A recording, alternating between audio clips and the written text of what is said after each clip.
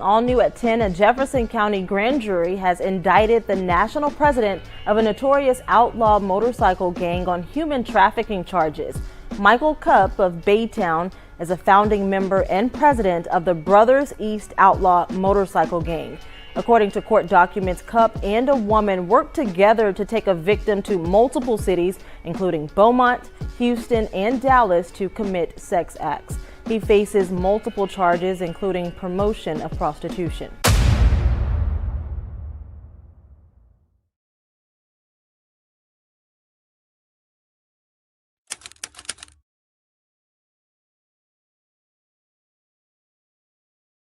I'm Makayla Tomlinson. I am the alleged victim of the Mikey Cupp situation. And I was explaining how it went because the way the Fed said it is not how it went. This is my interview on Chatting with Stacks.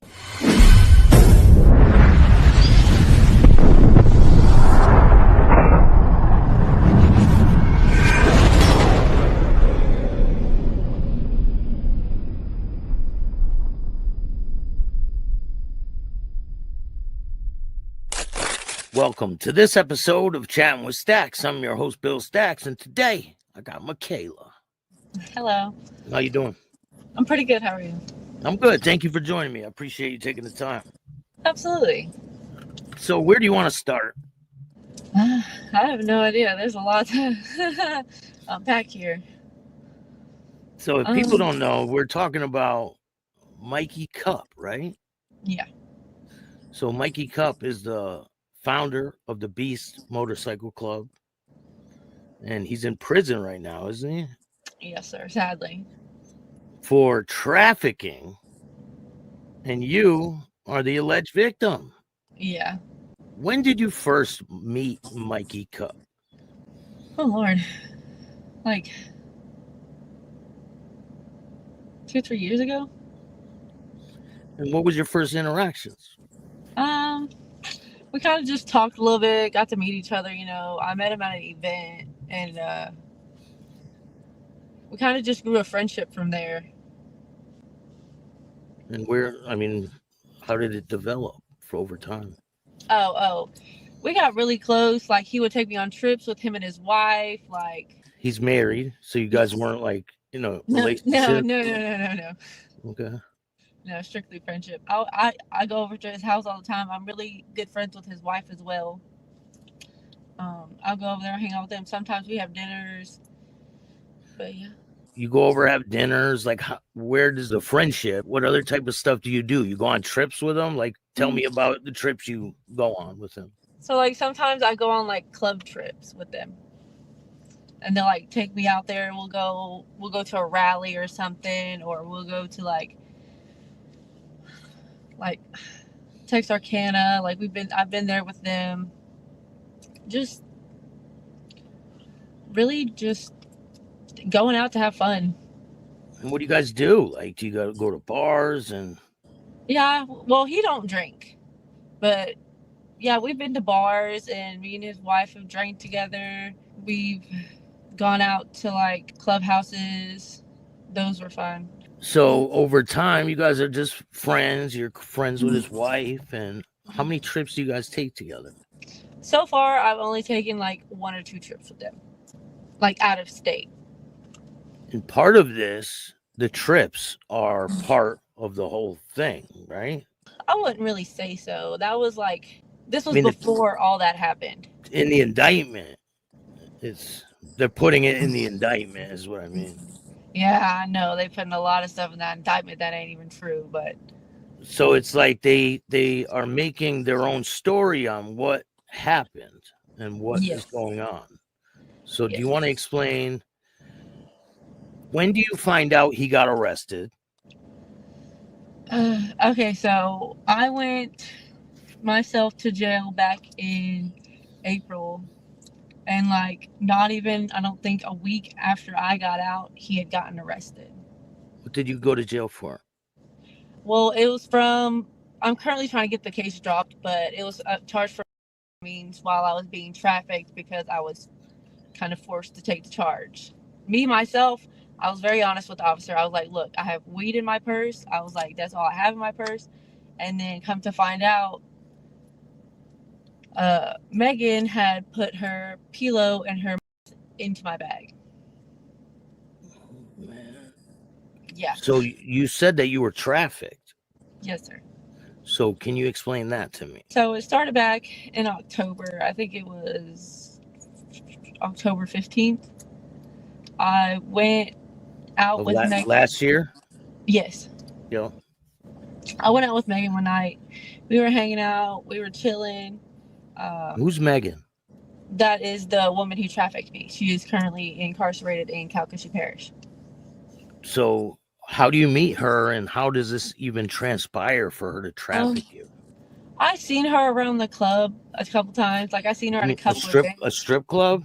No. The Beast Club. So she would hang around there? Mm-hmm.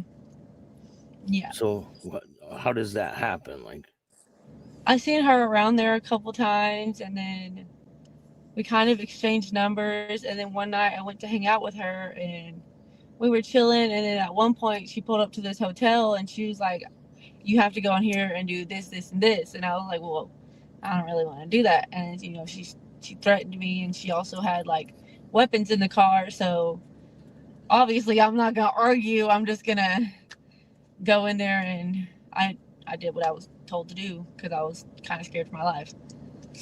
did she have in there? She told me she did. I knew she had knives in the car for sure. I didn't know 100% about it, but at one point during the whole trafficking thing, she did have a gun. But she How told many me guys were in there? Just one. And did he give you money? Yes.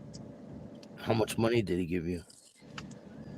I think it was like $250 to $300. And did you take all that money and give it to her? Yes, I didn't really have a choice. I had to. She didn't give you any of it? No, sir. Nothing? No. So from the first time that happens, how come, like, after you guys leave there, you don't just get away from her and, like, never come back around her? So at the time I didn't have a car. She came and picked me up, and But you didn't live with her, right? no. At one point I did, but at this point I did not. And she just kind of never took me home. So from there, she just drove you to her house, and that was it. You stayed with her? Mm-hmm. And how many times would she bring you to places to do this? It was a 24/7 thing. It was every day, all day kind of thing. And you're just getting the money and giving it to her? Yes. No point in time do you say, "Give me some money"? I mean, I'm not going to lie. Sometimes, I would take like a 20 here and there or something, and I would keep it to myself. But like then she would find out, and it'd be like this whole ordeal. So I just eventually stopped doing that. Did she ever put her hands on you? She did once or twice. And what was that about? One, because I went to sleep. I was not allowed to sleep. And two was because apparently I had messed up like a deal or something, and she did not like that. What, with the guy? Yes. Why? How did you mess it up? Well, she would constantly like blow my phone up when I was in there. So like, and she would get really mad if I wouldn't text back. So like I kept texting back, and the dude got like sketched out, and he didn't like that because, he thought I was setting him up, which wasn't the case. And he just decided to bail. Oh, so she kept blowing the phone up because she wanted to know what was going on at all times, Mm-hmm. right? Yes. Now, was she feeding you? Yes. What kind? Like all the time? Mm-hmm. That was the only way I could stay up and do what I had to do. I would stay up for like 5 to 6 days at a time and only get like 2 hours of sleep in between that. After you meet this girl and you're hanging around her, when do you start going around Mikey Cupp, and do you ever say anything to him about this situation? I actually didn't get to see Mikey Cupp while all this was happening. She kind of kept me away from everybody. So he basically just tried to save you from this situation. Yes, sir. How did that transpire? Walk me through how he got you away from this situation? Okay, so he was looking for me, yes, but Megan was very good at hiding me. It was actually Megan's best friend who had gotten me away from her. And walk me through what happened. So this point, it had already been like 5 months, and like I just felt hopeless. Like, I have 3 kids, so I was like, I was never going to see my kids again. I was never going to see my family again. So I basically, we went to go, because she has a kid too, but he was staying at her best friend's house. I went to go inside to get her kid, and I went to talk to her best friend, and I was like, look, man, I was like, I'm at the point of committing suicide because like I don't feel like I can ever get away from this. Like, I feel like I'm never going to be able to get out of this. Like, I had already written my suicide letters. I had everything planned out. Like, I was ready to go. Because like I was just so worn out. I was so mentally drained. Like, I couldn't take no more. I was disgusted with myself. I was overworked. Like, and then the next day she had set up like a trick, and he was telling Megan like, oh, I'll give you $2,000 for yada yada yada. Well, I go in this man's truck because we were supposed to go have dinner and then go do that. Well, I get into his truck, and he takes me to another hotel. When we get to the other hotel, someone calls his phone. He hands me his phone, and it's her best friend telling me, you're done. You're going home. She's like, do not, she said, block Megan on everything. She said, no contact, no nothing. She's like, you're getting out of this. You're going home.